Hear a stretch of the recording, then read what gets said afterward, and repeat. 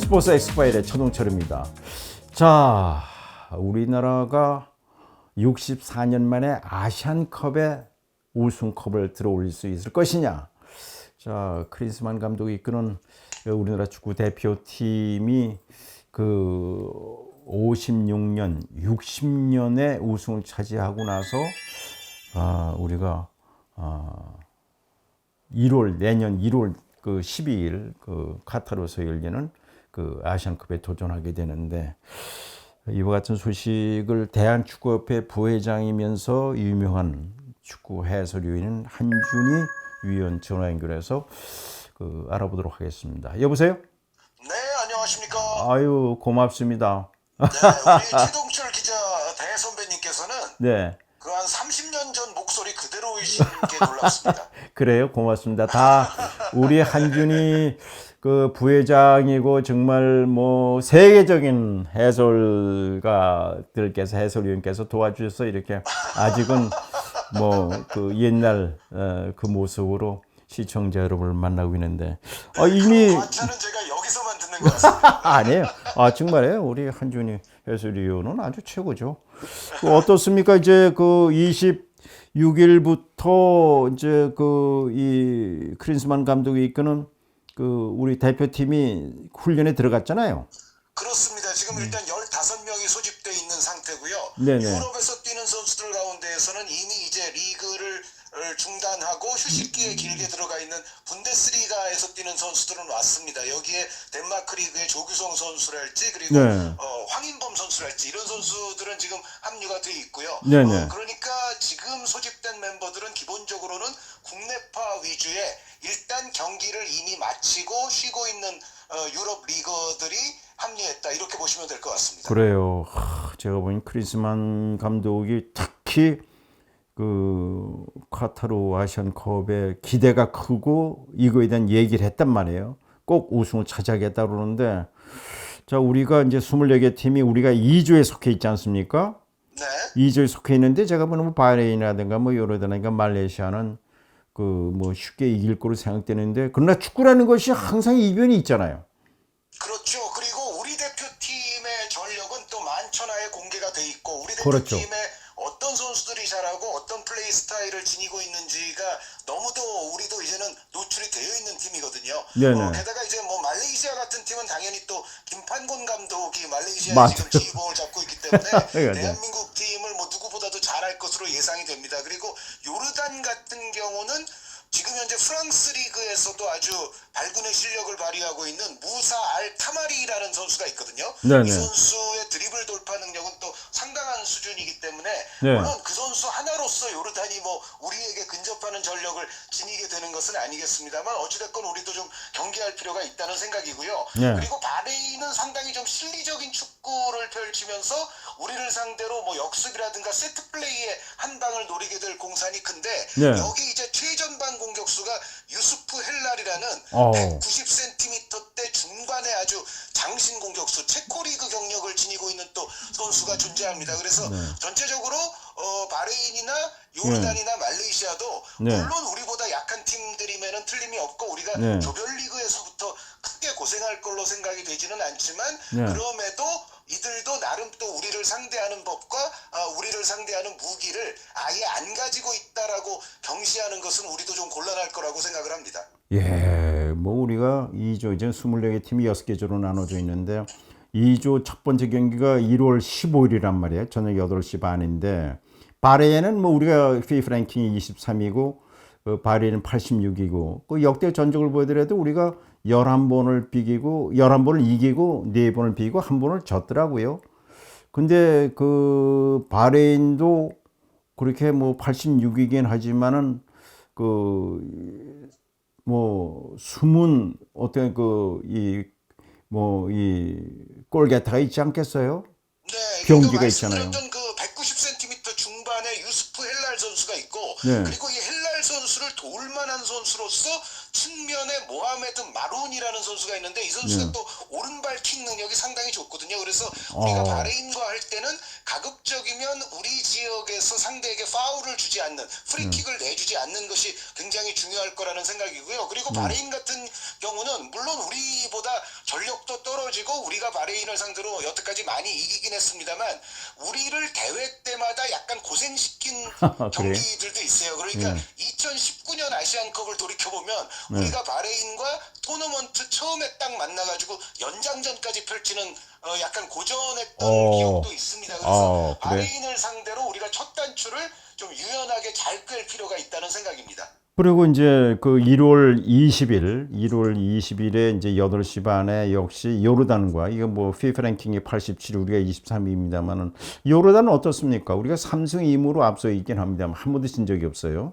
네, 아까 말씀드렸던 요르단에는 프랑스 몽펠리에에서 뛰고 있는 아. 무사 알타마리 선수가 지금 현재 프랑스 리그에서도 손꼽히는 드리블의 귀재로 간주가 되고 있습니다. 그래서 이 알타마리 선수의 드리블 돌파, 특히 이제 역습 장면에서 이 선수에게 드리블 공간을 내주는 것은 우리도 조금 위험하다는 생각이고요. 하지만 네. 뭐 말씀드렸던 대로 바레인과 마찬가지로 요르단에게도 우리가 전력상의 압도적인 우세가 있는 것은 사실입니다. 다만 이제 전체적인 이 조별리그 구도를 봤을 때는 우리 특히 이제 잉글랜드 프리미어리그에서 뛰고 있는 선수들 있지 않습니까? 네, 대표적으로 네. 손흥민 선수와 그럼요. 황희찬 선수가 있는데 네. 이 손흥민 선수나 황희찬 선수의 소속 클럽들은 앞으로 2경기의 프리미어리그 경기가 남아 있고 네, 그렇죠. 그리고 사실은 정말 우리가 아부다비에서 이라크와 친선 경기를 하는 그날까지도 FA컵이 있거든요. 네네. 그래서 어떻게 보면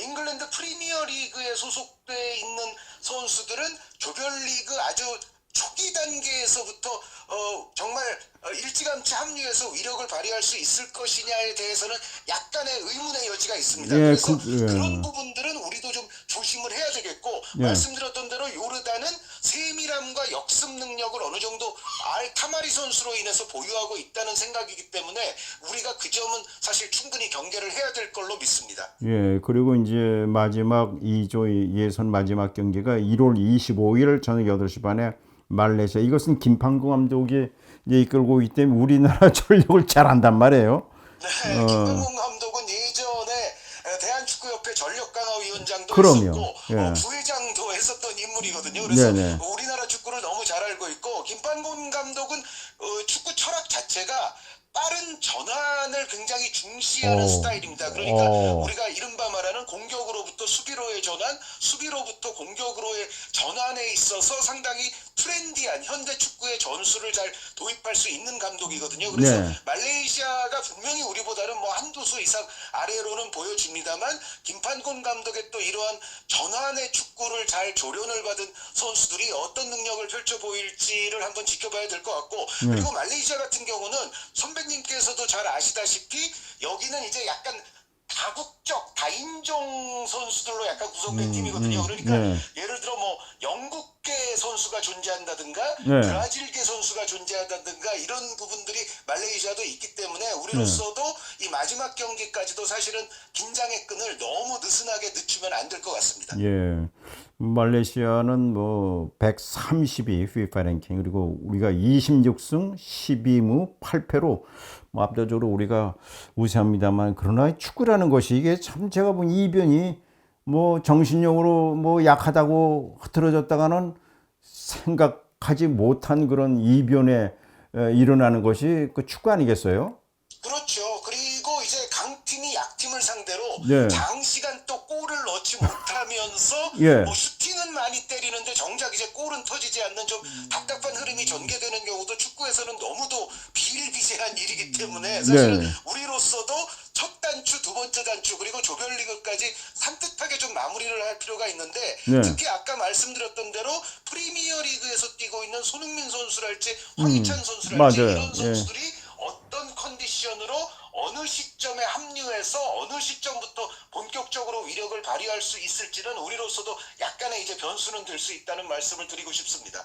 그리고 이제 1월 6일에 이제 이라크와 그 아부다비에서 이제 평가전이 있지 않습니까? 네. 근데 이라크가 이제 그 D조에 속해서 우리가 2조 1위가 되고 이라크가 이제 일본, 인도네시아, 베트남과 같은 조가 되거든요. 2위가 됐을 경우에는 우리가 16강전에서 이라크와 또 대결해야 되잖아요. 네, 그러니까 이제 축구에는 이변이 정말 많기 때문에 사실 네. 지금 우리가 조편성을 봤을 때 모든 조에 뭐 1위로 지목되는 팀, 2위로 지목되는 팀 등이 있겠습니다만 그대로 과연 갈 건지는 매우 의문이기는 합니다. 우리가 월드컵 같은 경우에도 월드컵 이전에 우리가 예상했던 조 1등, 2등 이게 그대로 되는 경우는 거의 없기 때문에 맞아요. 예. 물론 많은 변화가 있기는 하겠습니다만 지금 최동철 선배님께서 말씀해 주신 대로 정상적으로만 전력대로 조에서 순위가 나온다면 네. 우리와 이라크는 16강에서 바로 만날 확률이 매우 높다고 볼 수가 있겠고요. 그리고 우리가 이라크를 돌파하게 되면 네. 잠재적으로 그 다음에 우리와 8강에서 만날 수 있는 팀이 사실은 이란입니다. 네, 맞아요. 그리고 이제 야. 우리가 이란을 넘을 경우에는 아마도 확률적으로는 네. 객실국인 카타르와 4강에서 붙을 확률이 꽤 있고요. 야. 카타르는 지난번 아시안컵에서 우리를 또 8강에서 떨어뜨렸던 그런 기억이 있는 팀이기 때문에 네네. 어쨌든 우리가 지금 상황으로 보면 이라크, 이란, 카타르 예. 이런 순서로 만날 확률이 꽤 있는데 그렇게 보자면은 아부다비에서의 이번 이라크와의 친선 평가전은 미리 보는 예비 16강전이다 이렇게 볼 수도 있을 것 같습니다. 아, 그거 참 재미있는 얘기네. 우리 한준희 해설위원이 보시기에 크린스만 감독이 꼭 이번 그 아시안컵에서는 우승을 거두겠다 이렇게 이제 얘기를 했단 말이에요. 그런데 어떻습니까? 그 한준희 해설위원께서는 보시기에 뭐 우리 뭐 지금 축구 뭐 유로에 뛰고 있는 선수들이 뭐 황금기다 이렇게 얘기를 하던데 그 해외 언론 매체들이 보는데 어떻습니까? 그 한준희 해설위원이 보기에 이제 금년도 이제 얼마 남지 않았습니까? 네. 우리나라 그 유로에 뛰고 있는 태극전사들을 종합적으로 평가하면 어떻습니까?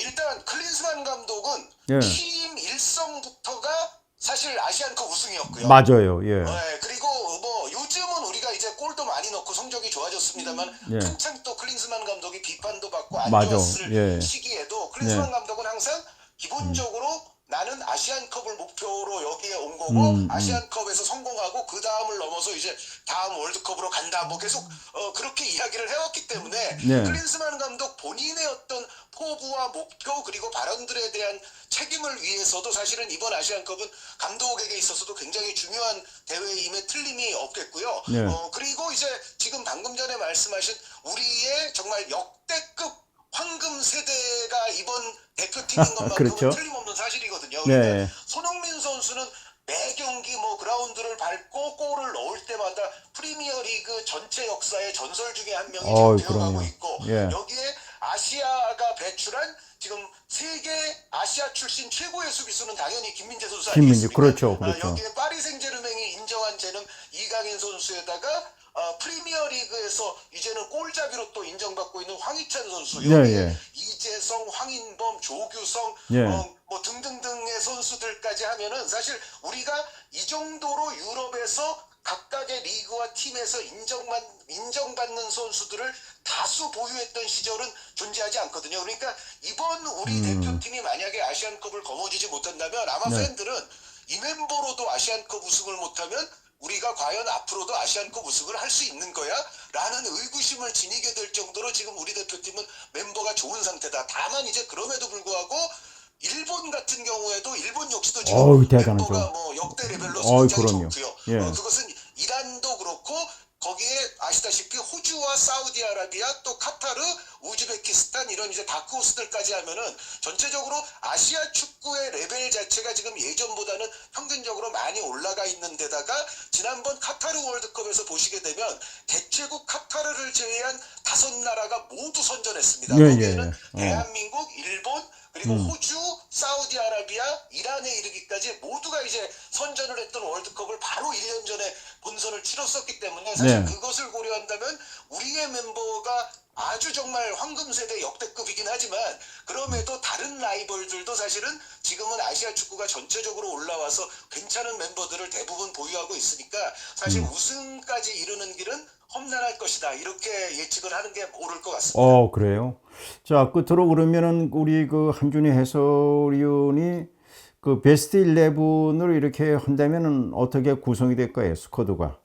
네, 그 스쿼드는 사실 클린스만 감독이 이미 거의 우리의 어떤 특별한 부상자나 이런 게 없는 한은 네. 지금까지의 베스트 11을 거의 최근의 경기들에서 계속 예고를 하고 있는 거나 마찬가지인데요. 네. 클린스만 감독은 기본적으로 이제 원톱을 꼭 쓰는 스타일이기 예, 때문에 예. 정수영 선수가 이제 예, 예. 맨 앞에 서게 되고 조규성 네. 선수 아래쪽에서 예. 자유롭게 움직이는 이제 손흥민 선수가 예, 예. 존재하고 예. 오른쪽 측면에는 이강인 선수 그리고 왼쪽 측면에는 이제 황희찬 선수가 예, 완벽하게 황희- 들어와 줬거든요. 예, 그리고 예. 여기에 이제 수비형 미드필더 한 명에 이재성 선수를 이재성. 기용할 거냐 황인범 선수를 아, 기용할 예. 거냐 아니면 예. 수비형 미드필더를 빼고 아예 그냥 황인범 이재성을 동시에 넣어가지고 아주 조별리그 같은 경우에 공격적으로 갈 것이냐 이제 이거는 이제 약간의 어떤 경기에 따른 차이가 있겠습니다만 예. 뭐 수비 라인도 김민재 선수 왼쪽 정수현 그렇죠. 선수 오른쪽에다가 이제 측면 수비가 약간은 이제 변수가 있지만 오른쪽에는 그래도 서령우 선수 예, 그리고 서령우. 왼쪽에서는 이기재 선수가 이기재. 좀 이렇게도 예. 김진수 선수와의 경쟁이 김진수, 여기는 또 조금 예. 있다는 생각입니다. 그리고 예. 골키퍼는 이제 김승규 선수인데 예. 전체적으로 봤을 때 지금 말씀드렸던 대로 중앙 미드필드 한 자리 그리고 왼쪽 측면 수비 한 자리 이 두 자리 정도를 제외하면 클린스만 감독이 몇 개월에 걸친 지금 평가전이라든가 아시아 지역 2차 예선에서 활용했던 선수단이 그대로 그냥 베스트 11이 되지 않을까라는 생각입니다. 예. 아이고, 오늘 그 한준희 해설위원 수고하셨습니다. 들어가세요. 네, 감사합니다. 네, 예. 한준희 해설위원.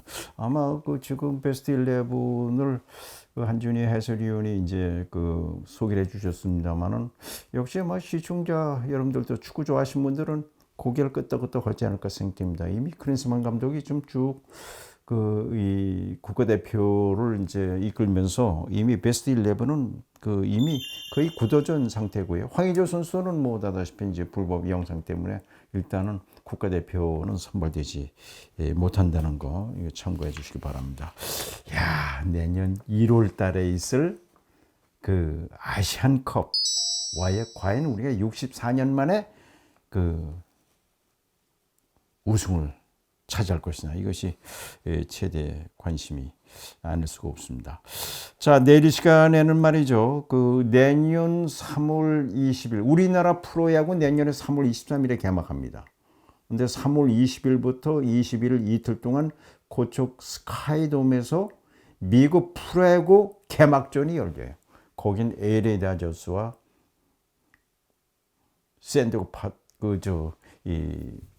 샌디에고 파드레스가 격돌하게 됩니다. 벌써부터 근데 거기에는 두 팀에는 말이죠. 그 일본 최고의 스타들이 들어있기 때문에 일본 팬들도 벌써부터 관심이 있는데요.